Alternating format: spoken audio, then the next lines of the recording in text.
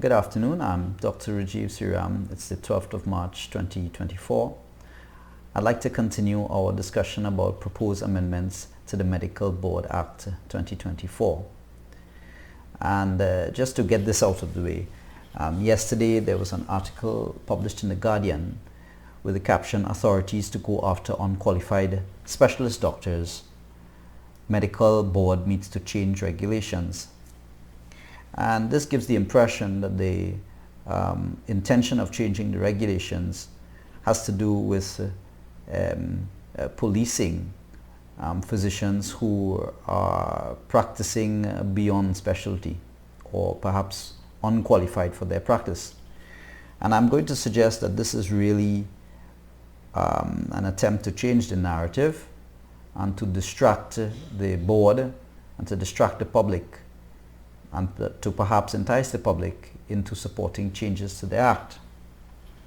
However, as the medical fraternity, or I can only appeal to the medical fraternity to keep their eyes firmly trained on the proposed amendments that have to deal with other aspects of our relationship within the fraternity, our relationship with the council, and our position and authority as members of the board.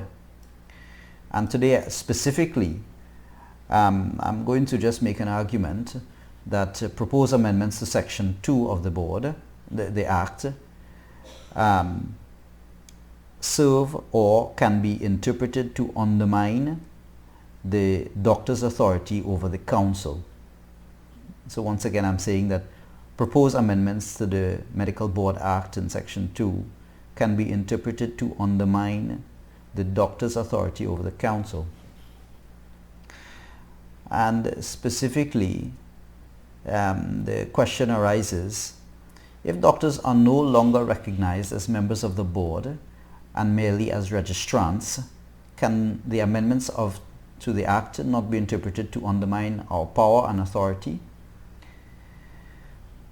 And I'm going to suggest that the change in terminology from members of the board to registrants can be interpreted to diminish the authority of doctors over the council, even if it is not the explicit intention of the amendments.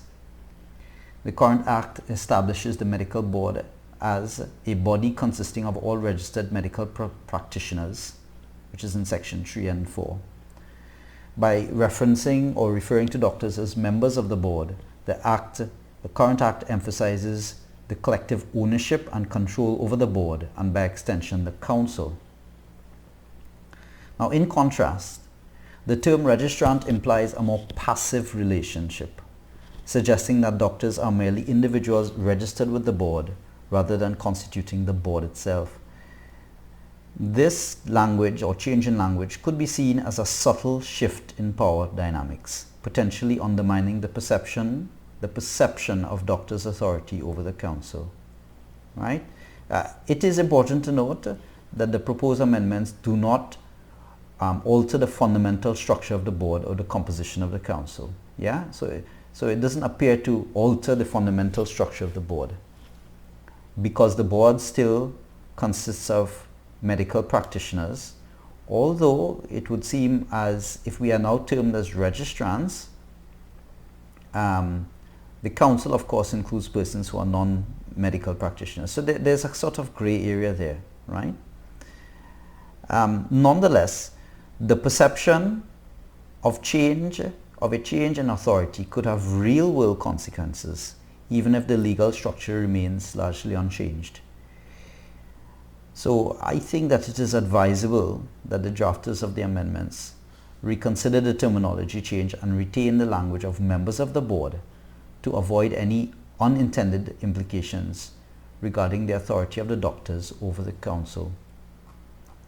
And now, words are very, very important, particularly when they are in acts and they're part of legislation, and they are used to define our relationship with each other and relationships of power.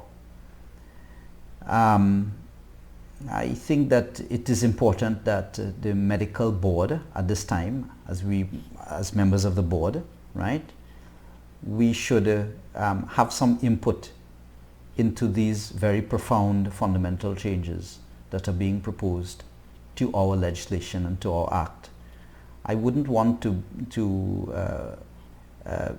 encounter a scenario where if we are just deregistered, or for some reason we are deregistered, we no longer find ourselves as members of the board.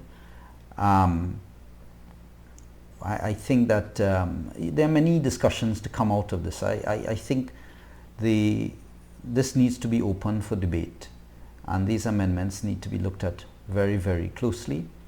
And I think that is quite reasonable. Yeah.